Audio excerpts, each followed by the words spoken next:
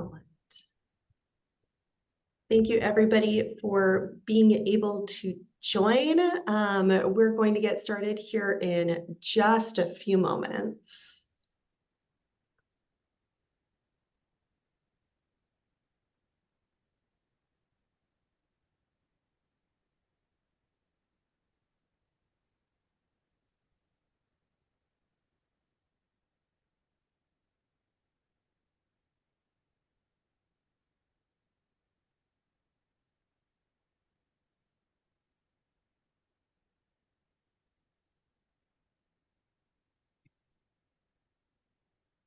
Okay, we're going to go ahead and get started. Thank you, everybody, so much for being able to join us today.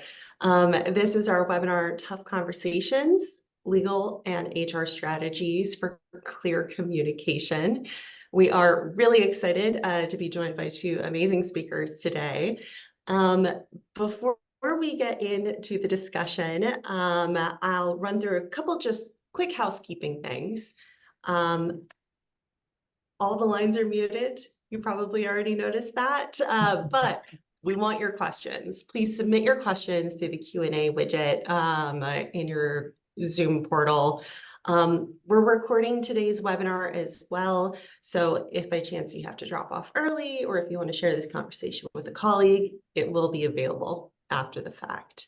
So we'll send out a way to get into that recording later today.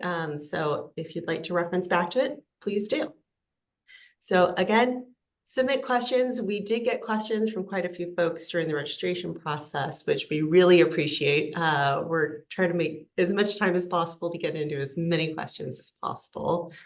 And if you have anything that is very company specific, we'll follow up with you after the fact. And like I said, we're hoping to get to as many questions as we can, but if we don't tackle it, we will hope to follow up with you kind of individually instead.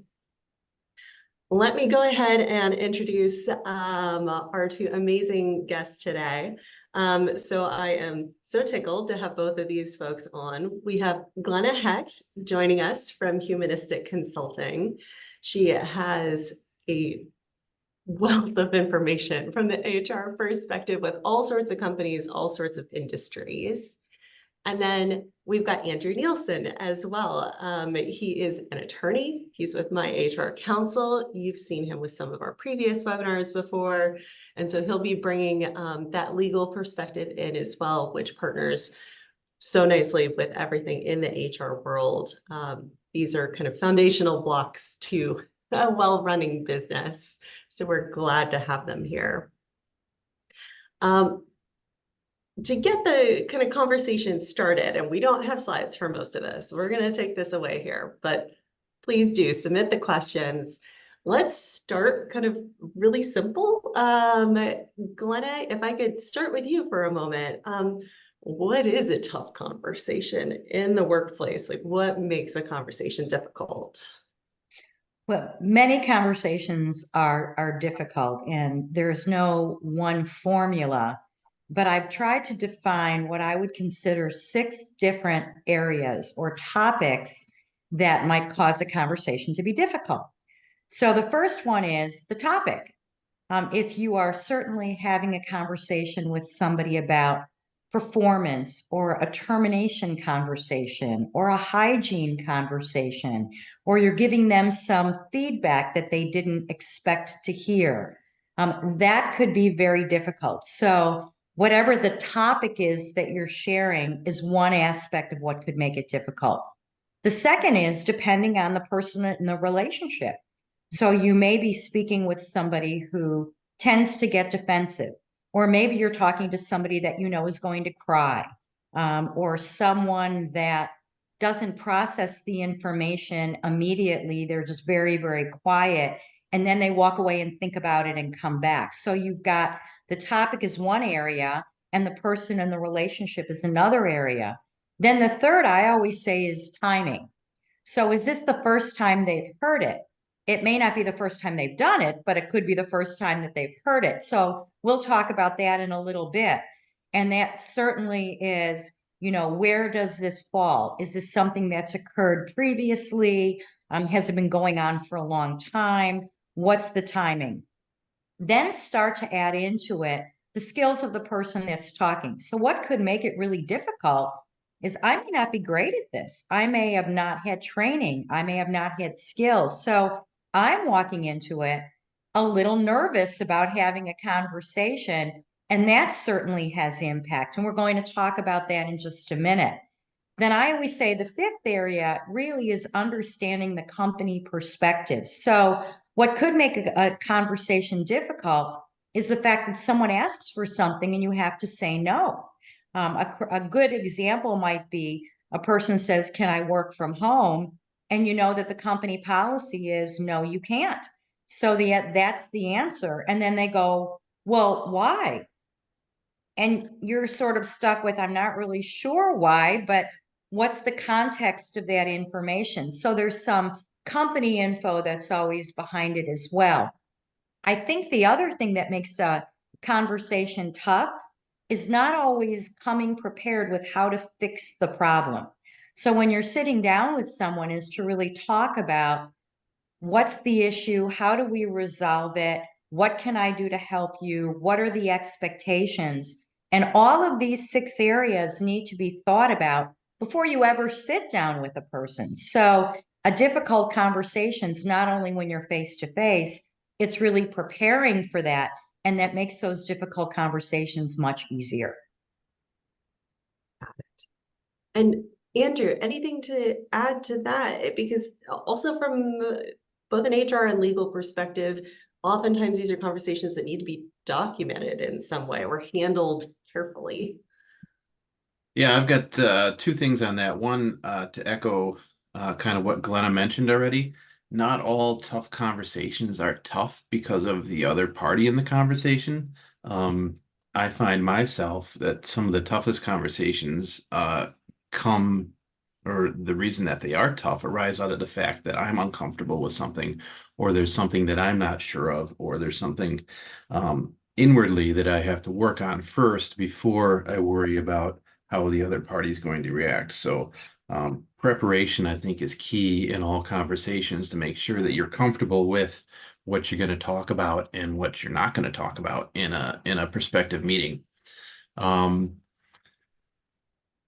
Finally, the second point would be, from a legal aspect, you have to be careful about conversations that can get you into trouble if you don't handle them properly. For example, I had a client, one of the first issues that ever came up with myHRcounsel. Man, it must have been it was before we even called myHRcounsel. It's probably working on 13 years ago now. We had an employer who had an employee who would go out into the farm fields and check the inputs on fertilizer and weed killer and stuff like that.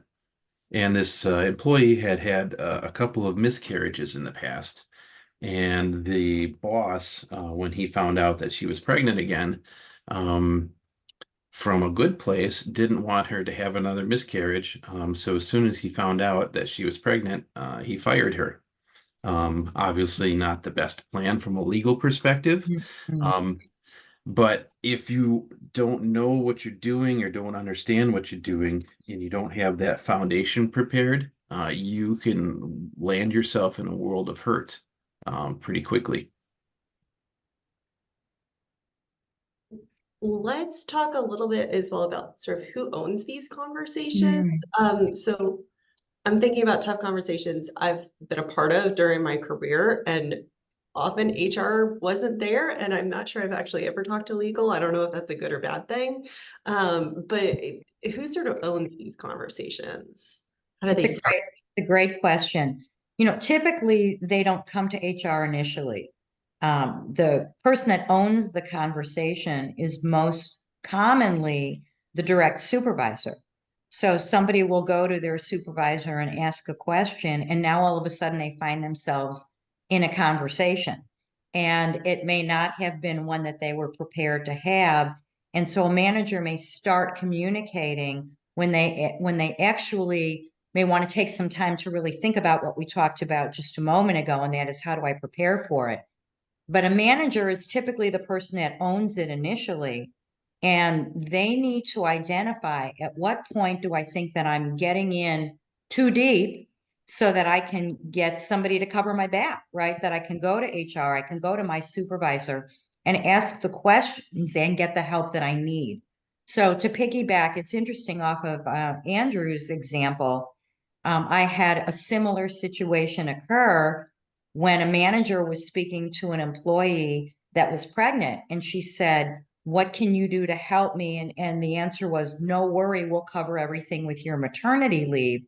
Well, this person hadn't been with the company for very long, wasn't eligible for family medical leave, and now all of a sudden we were in a situation that we had to dig ourselves out of. And so the manager really needs to have the skills and education and support to know, when do I bring somebody else in to help me with these conversations? And how do I view HR or my manager as a partner, right? They have my back. They're my wingman. How do I have them help me make sure that we're giving the right information appropriately?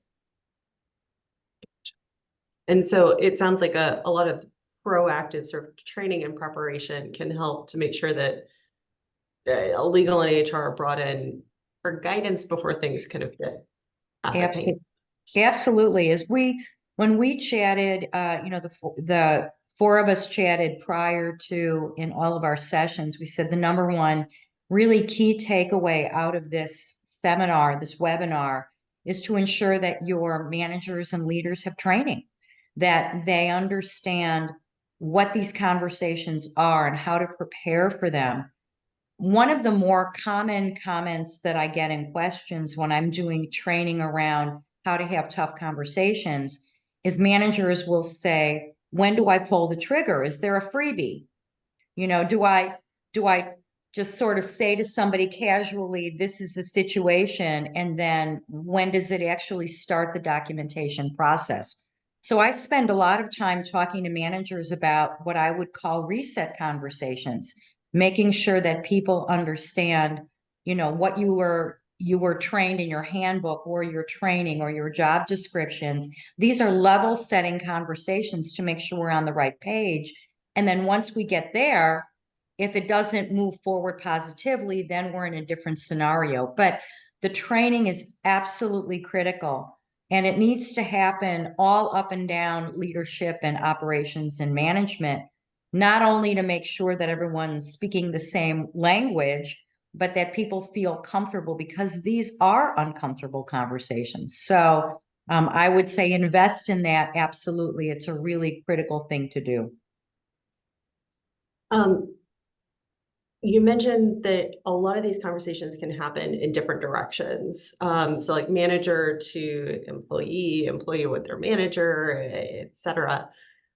I'm guessing that HR and legal are probably especially adept at these conversations, because you also frequently get them when they are maybe at a tipping point or a crisis point. For each of you, can you give maybe one or two things that you would like everybody to think about or know about how to approach a conversation before it gets to HR or legal? Like what is an HR person learning about how to do all of this that everybody could do? What is an attorney maybe learning about how to have these conversations that everybody could do? From my experience, I find that saying you don't know is an appropriate answer. A lot of time, business partners want the answer immediately, and it's hard sometimes because attorneys, I think we have pretty big egos.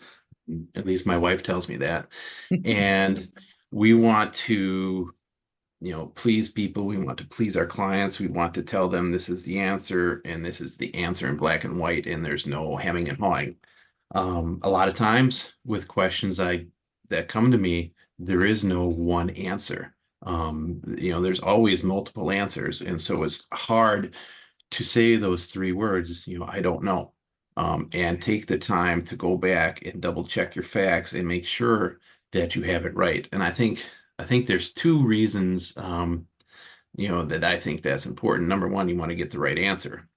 But number two, Um, Even if you do know the answer, I found that saying you don't know can get you a lot of traction. For example, if an employee comes, and I'm going to give an example, a crazy example, they're a bus driver and they want an ADA accommodation. They've all of a sudden gone blind and they want the company to hire another bus driver. And this person will just sit next to the person that can see and tell them how to drive the bus and where to stop.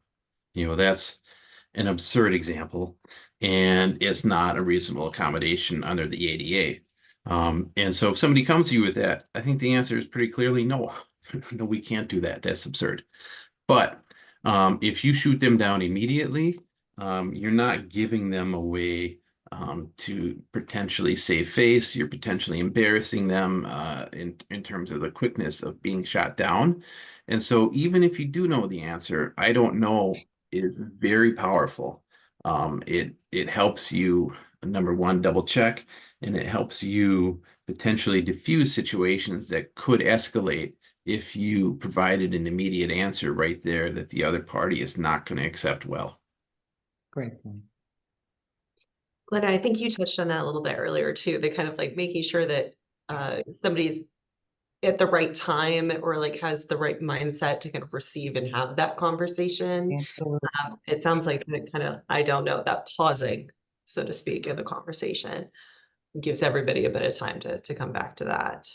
One of the things that, and I would guess Andrew does this as well, but I do frequently, is when somebody comes to me with a situation, I need time to process it as well. They may have been thinking about it for a while, but it's the first time that I'm hearing it. And so I want to think about the directions that it could go, because, if you go in one direction, it could have a result, but there may be other options. There's typically not only one way to resolve something. But what I also find I do, and I've been doing my own business for, 13 years and corporately long before that, I have practice conversations. I bounce things off of people. And, I will say, okay, here's my approach. Here's what I'm going to say. So I love it when a manager, a leader will call me up and say, I'm faced with this situation. Can I bounce off of you how I think I want to approach it? And my code language has always been, I'll never say to them, no, that's not right. I might go, that's a really interesting approach. Let's try try something else. But the purpose is they're learning, I'm coaching, and then the next time something comes up, they already have some skill set to be able to deal with it. So I think we both really appreciate the idea that we're allowing people to bounce things off and they're learning in the process. But also is the I don't know, because there are things changing every single day.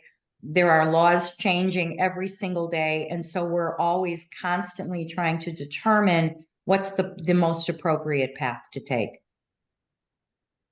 And one of the things that we had talked about as well, when we were kind of brainstorming through the questions that came in, et cetera, was the need for consistency. Could each of y'all maybe talk about that? Like how do you get consistency when it comes to communication?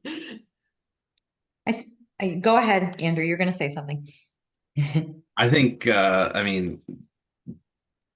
the main way to do it is, number one, if you can, get some training on it.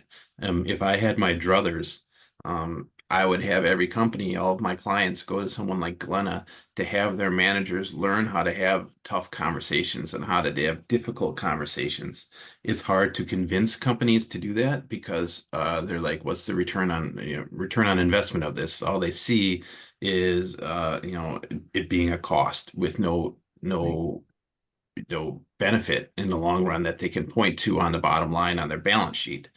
I would argue that there's tons of benefit, employee morale. You're keeping employees longer. You're helping struggling employees get off a PIP and maintain performance and increase their performance. There's so many studies out there that show what the cost of finding and onboarding talent is. And then the opportunity costs that you lose when you have to let somebody go because they're not performing, because maybe the manager didn't want to have a tough conversation with a low performing employee about what they're doing wrong or how to fix it.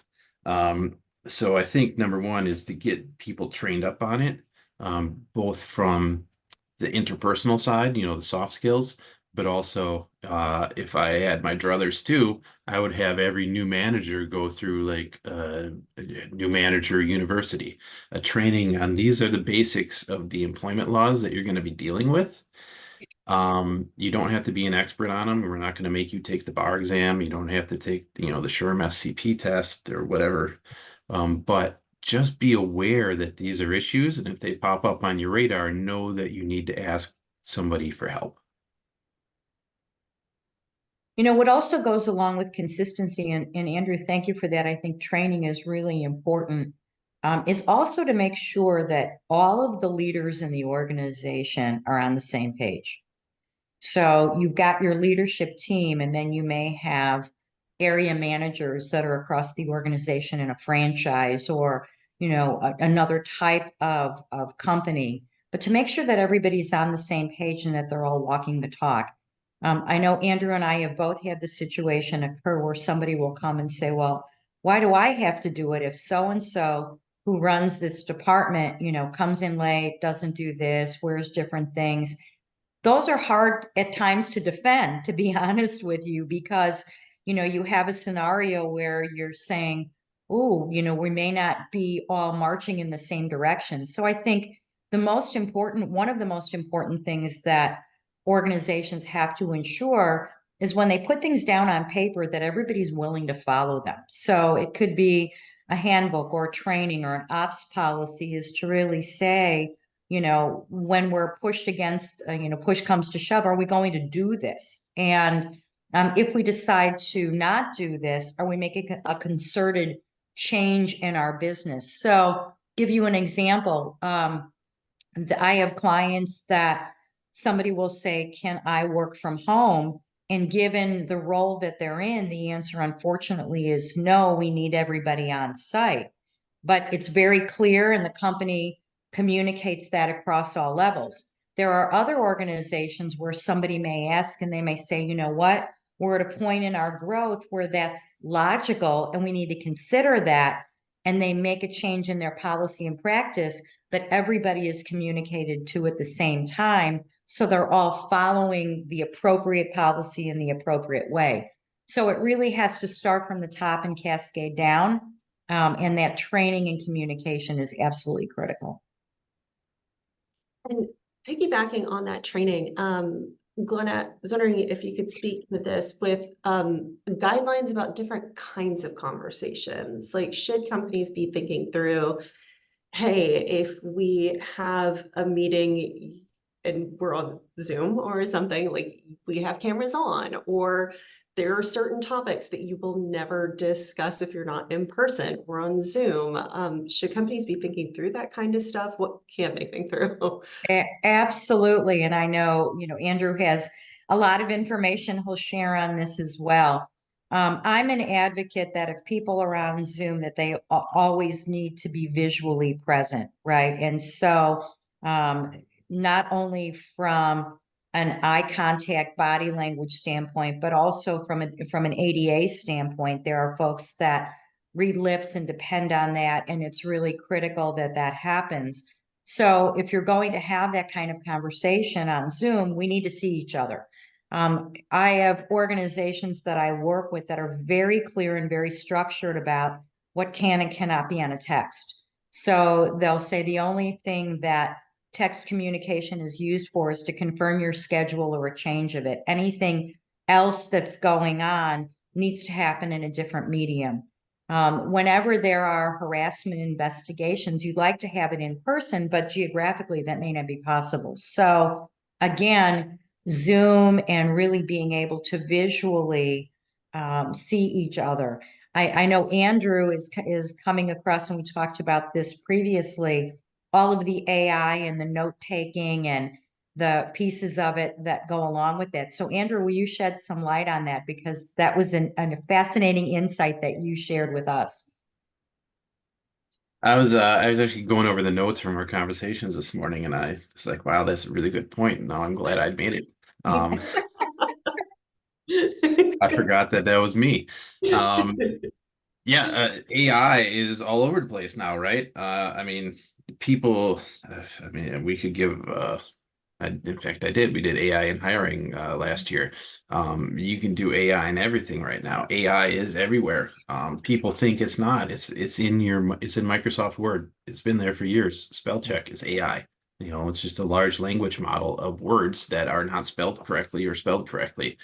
And as that technology evolves, there's going to be hiccups, there's going to be missteps. I don't know how many of you, my dad is hearing impaired, and he's been hearing impaired ever since he was like 3 years old. So we always had to use the closed captioning on our TV at home so my dad could understand what was happening if he couldn't hear or if he couldn't read lips. And I mean, back in the late 80s, I'm dating myself, when closed captioning on live TV came out, there's some hilarious nonsense that would go on there, in terms of the words that spit out at the bottom of the TV screen. And I was like, what? That's not even close to what they said, you know? And it still happens nowadays. So if you are putting all your eggs in the AI basket, I mean, it's a great time saver. Um, but I wouldn't like if you're doing something to preserve a transcript of a meeting, or what's happening, make sure there's a backup audio, just so that you can get, if you ever needed to, a stenographer to transcribe that real quick if it's necessary, rather than relying solely on artificial intelligence. And I know people out there probably use the assistant. I think in Microsoft Teams can do notes for a meeting. I don't know, not me. I'm old school. I got a pen, I got paper.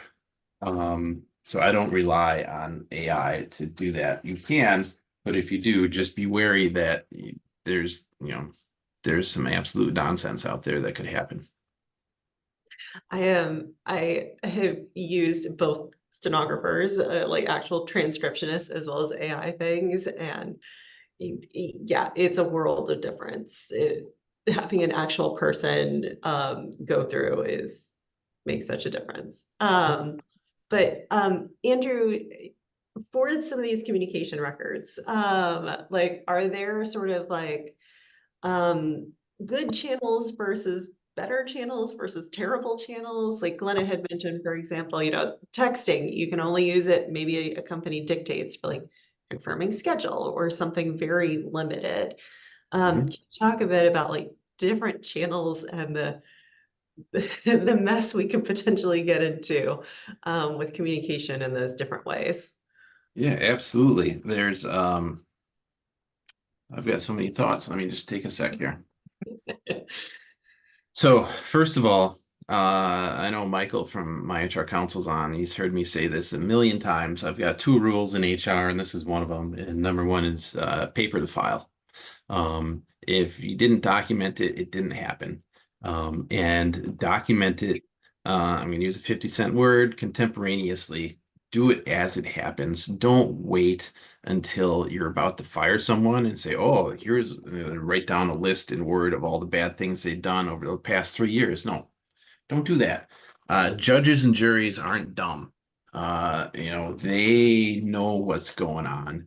And even if everything that you say in that hastily created document to support your termination decision is absolutely true, the fact that you all created it one day before the termination or the morning of the termination meeting, they're going to look at that skeptically. They're going to say, man, maybe this is true, but why did you wait until the day before to put this all together if you really were going to fire this guy because he was a poor performer or whatever? Don't wait. You forget things, just like lawyers, when you bill time, you got to bill it right away. If you wait till the end of the week, it's like, how much time did I spend writing that? I don't know. I don't remember. Um, you got to do it right away. And, what, as terms of what method of communication and documentation is the best, intercompany, like the text example.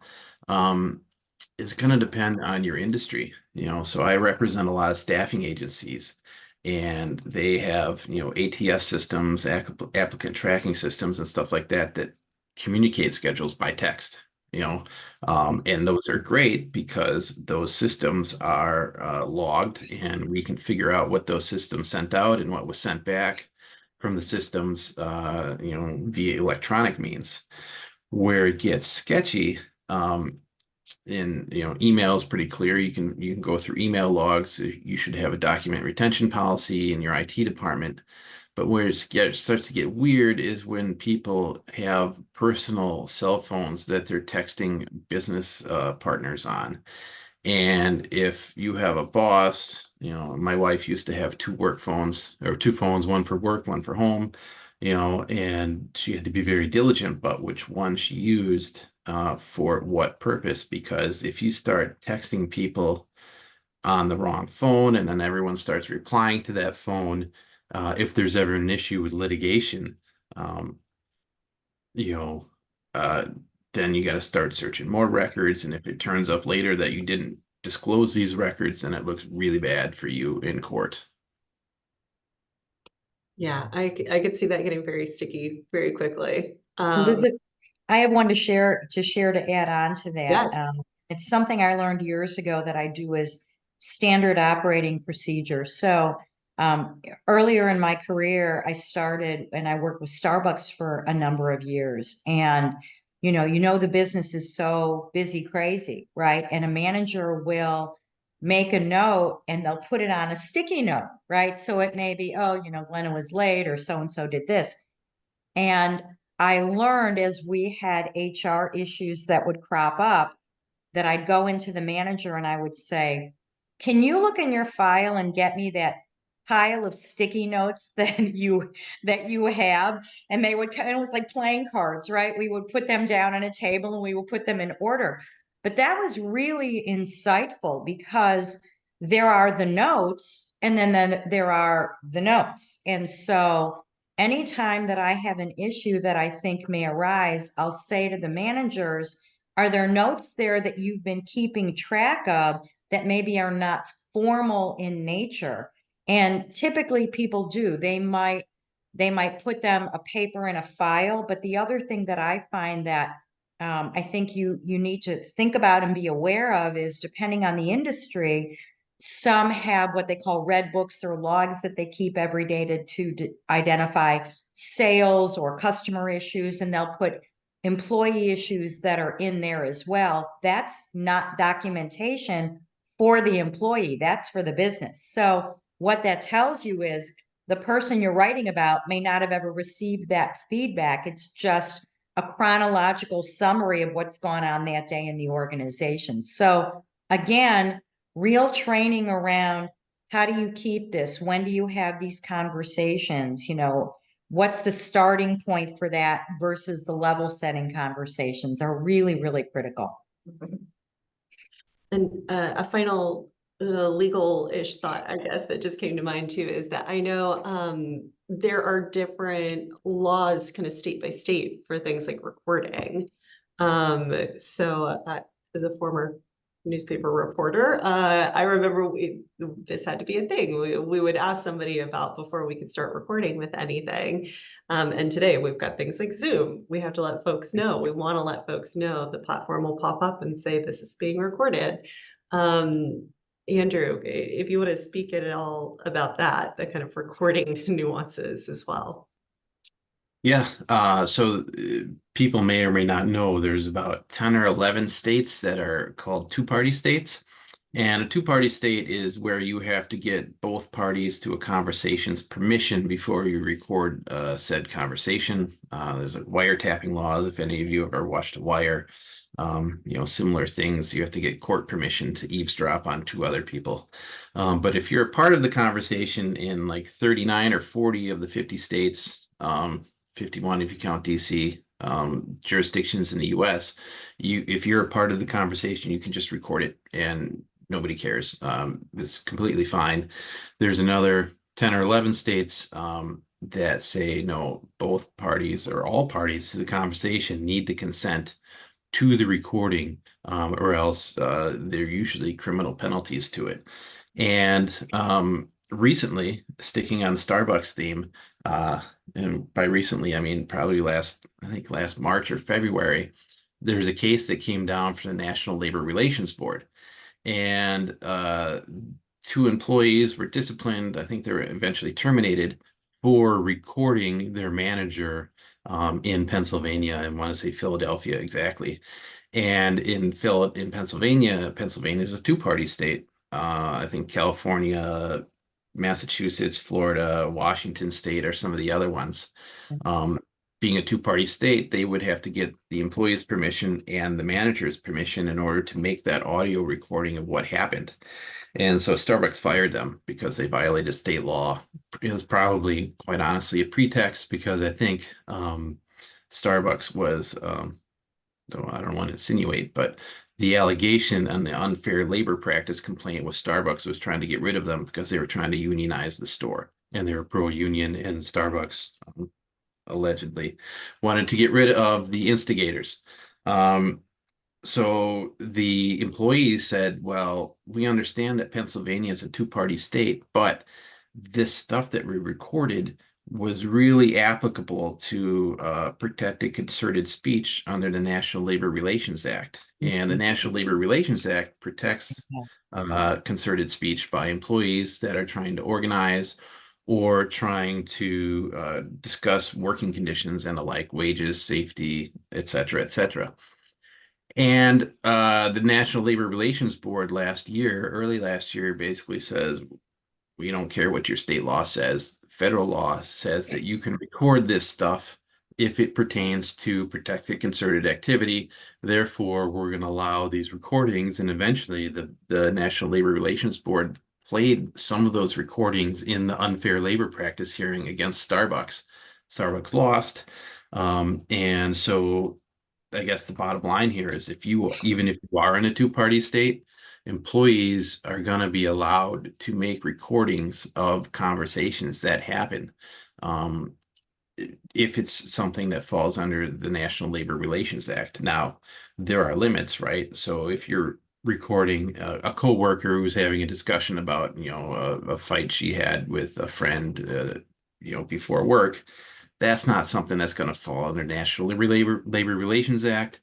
If you're recording something about workplace safety or working conditions, anything regarding to employment, essentially, that's going to be allowed.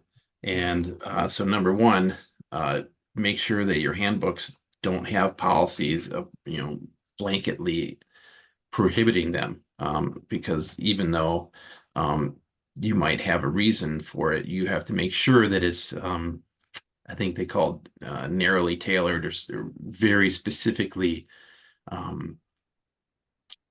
tailored so that you have a legitimate business reason for it. For example, if you're a nurse in a hospital, you can't go around, with your cell phone recording all the patients. It's like, oh, look, this guy, really broke his leg bad. Here's a video. That's going to be something that's going to be allowed to be prohibited. But if you're prohibiting your employees from doing everything with their cell phone, and making recordings, that's going to be a big no-no, especially under the case. There's another case that came down, Stericycle, back in August, that really addressed a lot of these facts. So be careful when recording. Yeah, I wanted to swivel a little bit into something that Andrew had mentioned earlier. Glenna, you'd mentioned it earlier about sort of waiting to have conversation. Is this the first time a conversation is coming up? Even if there may have been instances in the past where it should have happened. Yeah. What can we do in those scenarios? What should we do? Well, I find that a lot of times it's a very innocent reason, and managers, I will say this laughingly, the most popular drug in business is called hopium, which is, I hope that they're going to change, right? They're not on time. They're not performing. I really hope that they're going to, see the light and change. And so a lot of times the waiting is because I'm hoping they'll get it, right? And they may not. They may not. But it goes on for a period of time, and now all of a sudden it becomes more serious where a manager wants to sit down with somebody. And typically what I ask them is the question, why now? Like, what happened that's caused you now to feel as though you have to have this conversation? And it could be that there was an incident that now the behavior has impacted either something or someone else. And so they'll feel like, well, now they really have a service issue, or now we're behind on a project, or now something has occurred. I can't let it slide. And the manager really does need some coaching about how do you sit down with somebody and talk about something that's been going on for a long period of time, right? And so the employee may say, but I've been doing this for years, or they may say, well, but so and so does this. Why are you sitting down with me now? And I've found that at times I need to own my slow nature. And that is to say, you're absolutely right. I was hoping that it would change. And unfortunately, it hasn't. And I should have brought it to your attention before, but I'm bringing it to your attention now. And so you start the process that way. But those times can get very emotional. So I also think there's some coaching that needs to happen with managers about how do you have a highly charged conversation? Because if somebody's been doing something for a long time and now it's being brought to their attention, chances are they may get angry. Chances are they may start to cry. And so how the manager learns and knows how to deal with that, they may need some support and may need somebody in the room with them, quite frankly, as well. So I think, owning the fact that we didn't do what we should have in the right time is very important, and then moving forward with that. And why does it make a difference now? And also, as I mentioned initially, we really do owe it to our employees to talk to them about what needs to change, how do they change it, are there resources available to them to do so? Because a lot of times folks don't know how to fix the problem. And so if we're their coach and partner and manager, we need to help them understand how to do that. And Andrew, do you have anything to kind of add?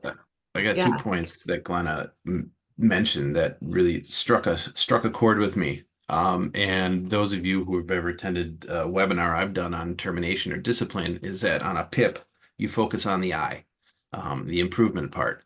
And a lot of companies I've found just use PIPs as like your last chance, or you're going to get fired in 90 days. I'm against that personally. Professionally, I guess too. I think you're doing a disservice to your business if you're not focusing on that I. And I think a lot of times when you get to a PIP, it can be a failure of the correcting mistakes earlier, as Glenna mentioned, and as something comes up, address it with them. Don't wait until you're about to fire them. And the second issue was she talked about witnesses. I always recommend witnesses in any termination conversation. Doesn't have to be, it's literally could be a warm body.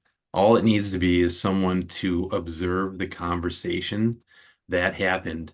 And that way, if there's a dispute about he said, she said, there's a third person in that room that was also there.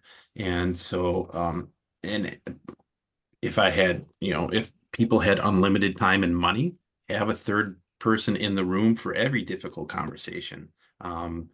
Problem is you don't know when a conversation is going to turn on its ear, right? If we knew that, we'd all be millionaires. I won the Powerball a couple times last week, but we don't know that. But if you do know, this is part of the planning and the foundation that we talked about early on. If you do know this is going to be a difficult issue, a performance issue or something like that, make sure there's somebody else who can witness, just serve as a witness in the meeting. It could be, a junior HR person. And when you're done with the meeting, just the two parties do a memo, not both sides, but the two parties from the same side do a memo or just a little quick recap of the meeting that they both agree on. Elizabeth, one more point. I hear frequently when somebody has waited for a period of time, the manager will say, I just want someone to tell me directly. You know what I mean? I just wish they would have told me directly.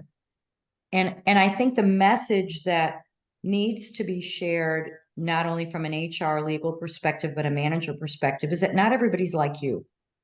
Not right. Not everybody wants to be told, directly in a raw manner what's been going on. Everybody has a different style. Everybody has a different ability to hear news, right? Some people may hear it, and if it's the first time that they've heard it, they need to process it for a while before they know what to do with it. So I think knowing the person and really thinking about who are you talking to, what's their propensity for feedback, how do they typically respond to things, and really preparing for that so that you can treat them with some grace and respect is extraordinarily important. Businesses spend so much time recruiting and nurturing and giving benefits and training, and we really owe it to the company from the fiscal standpoint, but we owe it to the person from a human standpoint to treat them with that level of respect and give them an opportunity to improve and move forward and to process information in a way that they can do something with it. And so I think that's very important as well. That definitely is making sure that people are able to take some action with communication. And we've got a ton of questions. We're gonna play like a lightning round with questions on some of these. Glenna, one had come in about steps for building trust with a manager who has maybe less education than employees, but more experience. I love that question. Absolutely love it. And when I think about, if you look at your job descriptions, which every company should have them, right? It's really about experience, what people bring to the table, expected results. It's not about whether or not I have this degree or that degree. That may be a part of it. It's an input, but we measure people's performance based on outputs, on the actual result piece of it. I'll share with you a great example. So I have a client that recently purchased a business and very little experience in the business. Smart, just kind, wonderful gentleman. And he was trying to learn the business. So he had the education, but not the experience. And the employees basically were saying he doesn't have any credibility because he doesn't know the organization. Well, lo and behold, a couple of people left the company and he had to get in the weeds. So he had to get in and get dirty, right? And when he was side by side with these people, they realized how wonderful he was and how interested he was in learning the business. And that immediately established that level of rapport going forward. So I think what a manager needs to do is to stand side by side with their people, work with them, learn what they do, talk to them, show them ways to perhaps do it more effectively, and listen to suggestions. And so the way we build trust is not by beating our chest and saying, trust me. It's by doing things that show people that you're trustworthy. Andrew, a question that love to hear your opinion on. What happens if you're going through an investigation, for example, a harassment investigation, and you find the person who said they were harassed is actually the person who's doing the harassing of colleagues? I have had, fortunately or unfortunately, makes for great stories. I have had that pop up at an airline I represented. The allegation was between a flight attendant and a pilot. The flight attendant accused the pilot of sexual harassment.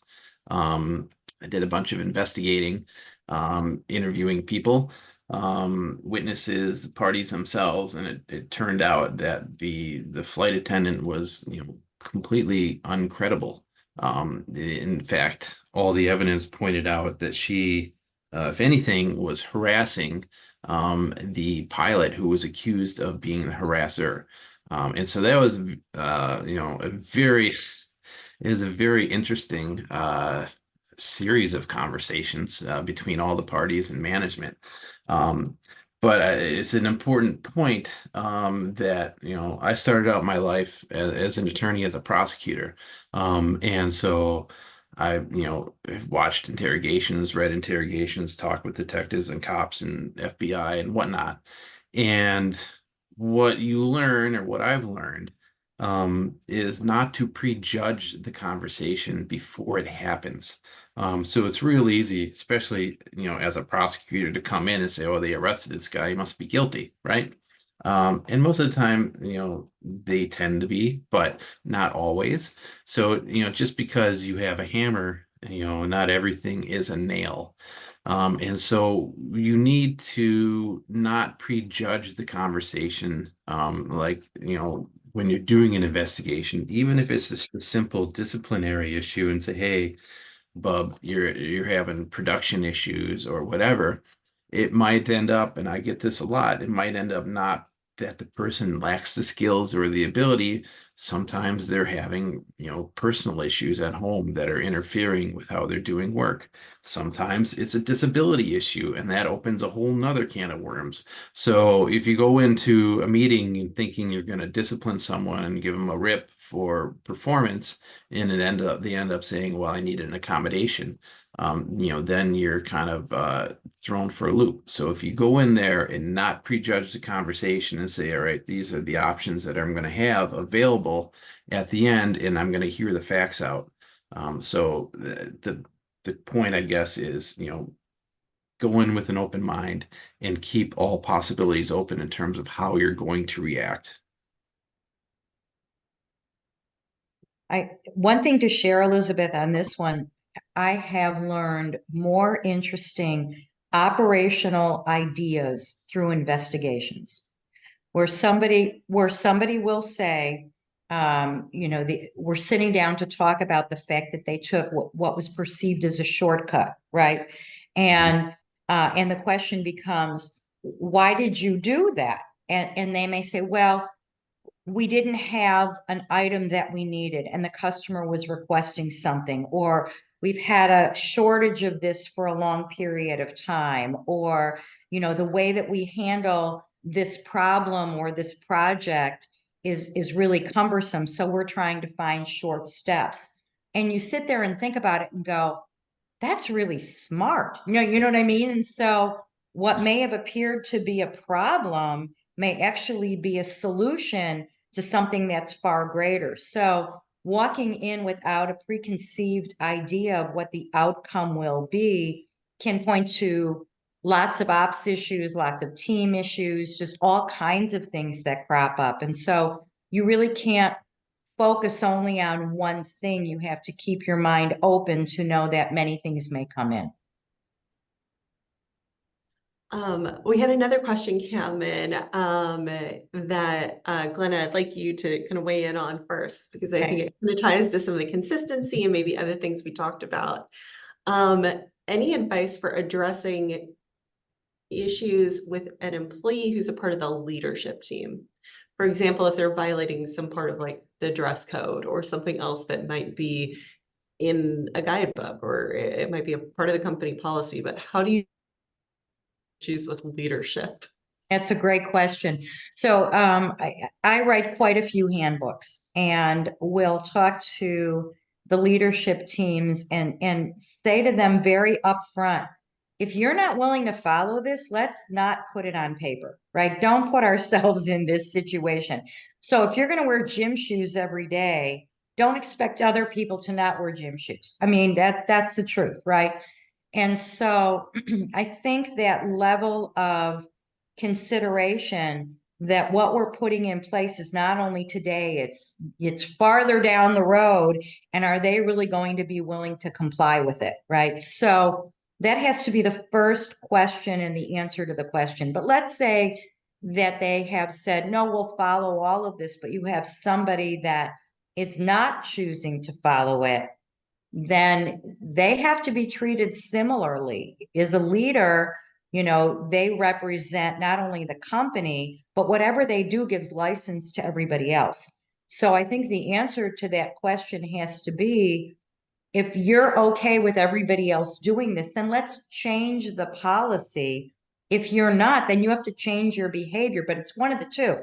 There's not always an in-between on that. And so I think it's a different kind of conversation than being a performance issue. It's really a strategic conversation about, have things changed in the business and what do we need to do today going forward?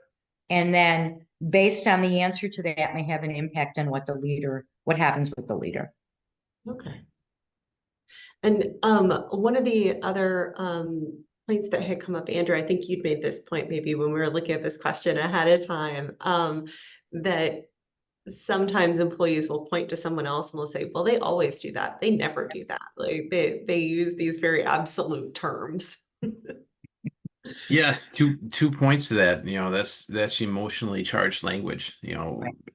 I'm the father of two boys. And I mean, just last night, one of my youngest is like, my oldest, his name is Charlie. He's like, Charlie always does blah blah blah, or he never blah blah blah. Like I was just talking about this earlier today. I was using you kids as example, and you're proving it true. Thank you for bringing this wisdom into my life. But um, that's and like I had to get to the bottom. I was like, well, these are big feelings. Why when employees use these big feelings like always and never, and it's not just this is applicable everywhere, as evidenced by my kids when they're using these emotionally charged words or big I call them big feelings. um there's something more to it. And so uh, you have to be aware of that. And so if an employee marches into your office and says, Bob always forgets to make the coffee after he takes the last cup out of the pot, that's an issue, right? But there's something like, why is this person, so mad about this? Or why are they using always? There's something more to it. And so it's real easy to shoot from the hip and to say, well, we'll just tell Bob to make more coffee next time. There's more to it. Is it work related? Maybe, maybe not. Maybe it's something in that person's personal life that you're not aware of that's causing them to be so reactionary. But I think you can help that employee, number one, by helping them. Maybe they're not aware of why they're overreacting. I shouldn't use that word, why they're reacting so strongly. And maybe they're not aware that they're having such a strong reaction. Maybe they're just letting their emotions run unchecked, and they're just not aware that they're coming to the surface at work. And maybe you can help them become more aware of why they're upset. Maybe it's not that Bob took the last thing of coffee. Maybe they're mad about medical coverage. I don't know. Maybe premiums went up, and so this is what they're lashing out at. And so every time you see that, it's an opportunity to get to know your employee population better and to help morale. In addition to solving the issue with Bob not refilling the coffee pot. To go back to the leadership one for a second, Elizabeth, it's interesting. I have had this experience happen where people will complain about a leader that doesn't follow the rules, quote unquote, right? And I've gone to that person and said, I have a dilemma. I'm sure you're aware of this, but we have this policy and this is what's currently occurring. Can you help coach me on how to respond to it? And I put the onus on my needing to have an answer. And I would say 90% of the time, the person will go, I didn't realize I was doing that. You know what I mean? Or I'm sorry I put you in that situation, or something along those lines. So what I find is that there are times when people really are not aware and they appreciate the fact that you're bringing that to their attention. And then there are the few times where someone says, it's my business. I can do whatever I want. Right. And they do. And then the conversation from an HR perspective has to be, hey, I get that, you're the person that runs the business, but here's our policy. What do we do going forward? And then it goes back to my last answer, which is maybe it needs to be changed. So, but I have found that asking for that help and guidance and asking for some clarification for them to coach me on what to say brings it, to the surface very quickly. I think that's a good reminder as well that when somebody is doing something that prompts a complaint or a tough conversation, it's not always like a conscious thing that they are doing. It could just, we're all human. We do a lot of things without quite realizing what we're doing. Right. I realize we're at time. If it's okay by y'all, I'd love for us to all hang tight for another 5 minutes. I've got like 2 more questions that would love to get through. There are a ton more that we've gotten that I think we'll have to follow up on. But if it's okay to grab a couple more questions with y'all, that'd be great. Absolutely. And one of the questions that we saw come in was about how to react when HR buzzwords are used by employees.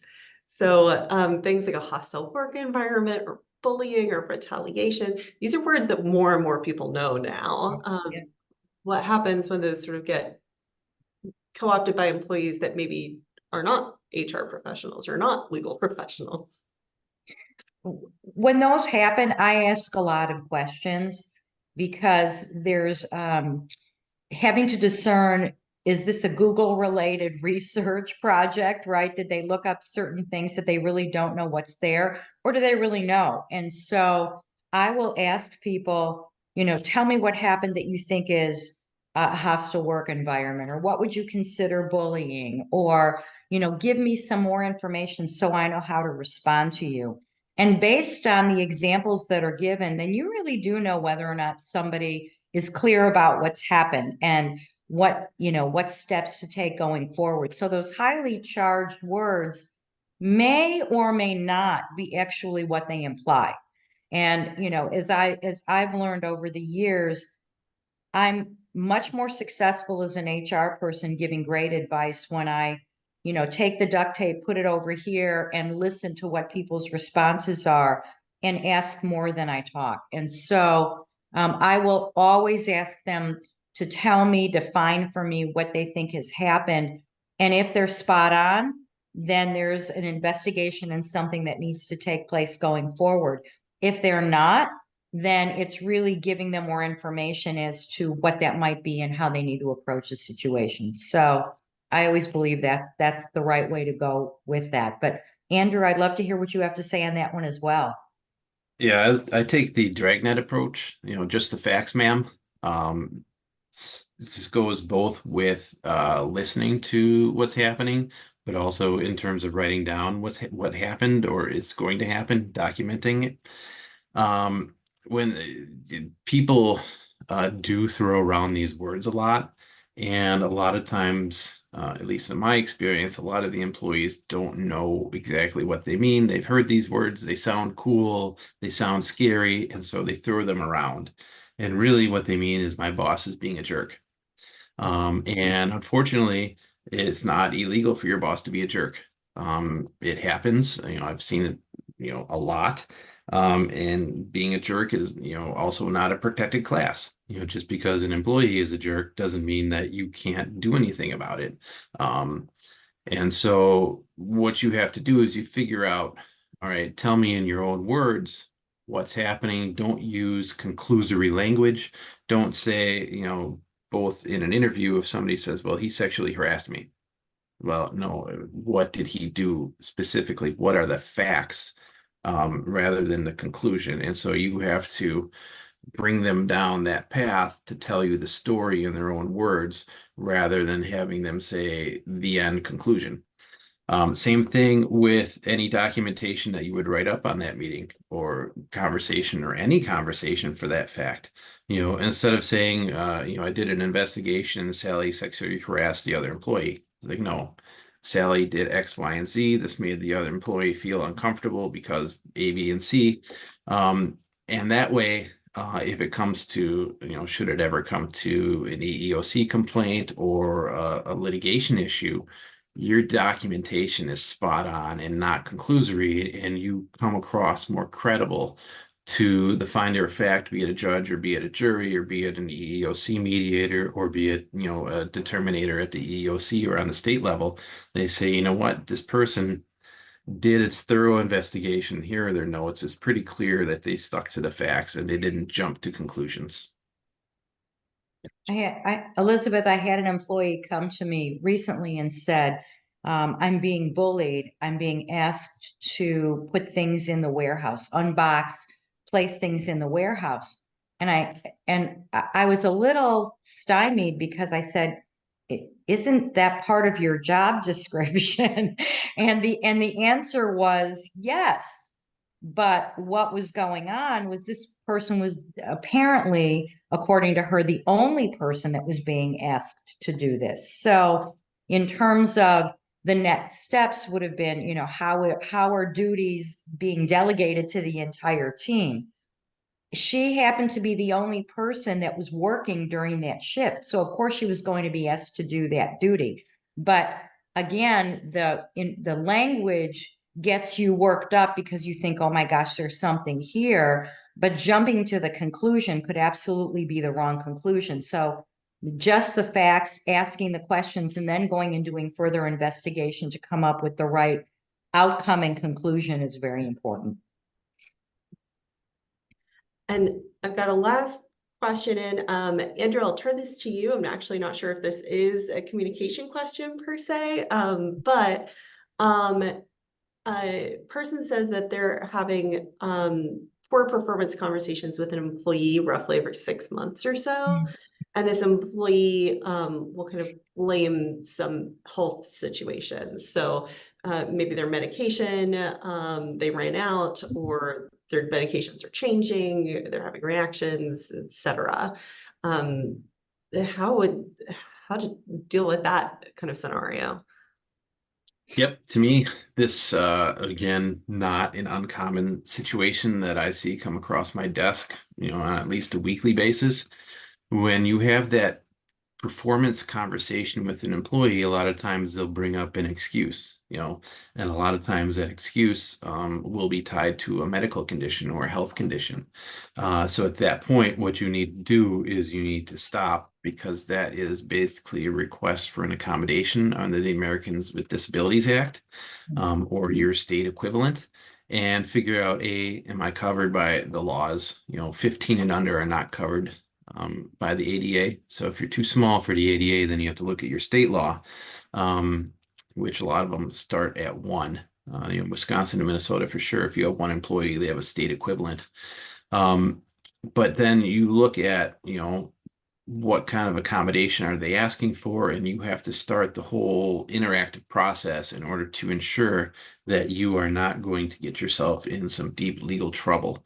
And so this goes along with training your managers and your frontline employees who are supervisors with understanding possible issues and possible red flags. And so they can run it up the flagpole if they see this in a conversation, rather than saying, well, I don't care that you didn't, that your meds aren't working. You should have brought it up before now. We're going to fire you. That's something that's going to get you in trouble, and not going to help you in terms of a complaint if somebody claims about ADA retaliation or interference. Elizabeth, I actually had a situation like this fairly recently, and it proved out my theory of asking the manager, has this ever come up before, and do you have any other notes to this effect? And it was absolutely had come up previously, and there was sort of the memo to file or the sticky note or whatever, that it had come up a number of different times, which puts the organization in a very precarious situation, because obviously it looks like we're ignoring an ADA claim. And so that's part of the training, which is somebody may not directly ask for things, but they may say things in a much more subtle manner. And so part of training your managers has to be, what's language you might hear that indicates something else. And if you're not sure if you've heard it, that's when HR becomes your partner and your friend, right? And you reach out to somebody and say, I'm not really sure what to do with this. Let me stop the conversation and go and get support and counsel. So I'm giving the right answer to the employee in the most respectful and appropriate way. So That kind of a scenario has probably been going on for a long time and may have been ignored, unfortunately. Well, I really appreciate y'all sticking with us for a little bit longer today. There's, as you can tell, so much to talk about here, and that we also just scratched the surface with a lot of the questions. So thank you so much for attending, for sending in those questions. A massive thanks again, Glenna and Andrew. Thank you. Yeah, as you all kind of alluded to, like we did a lot of prep work on this. We had a lot of conversations because this is so big, and we realized that communication is something that probably every company can make a little bit better in some way. And there are probably some companies that can make it a heck of a lot better. We hope that this has been useful. Please do get in touch with Glenna, get in touch with Andrew, reach out to them. We'll send everyone an email with the recording of this webinar as well later today. Share it with your colleagues, share it with your your employees, your managers. And some of the things that we had really touched on a lot were that the training, the consistency, the guidelines. You can do it. So thank you so much for joining. We're going to wrap up for today and hope that everybody has a wonderful rest of the week. Thanks so much. Thank you. Bye. You are.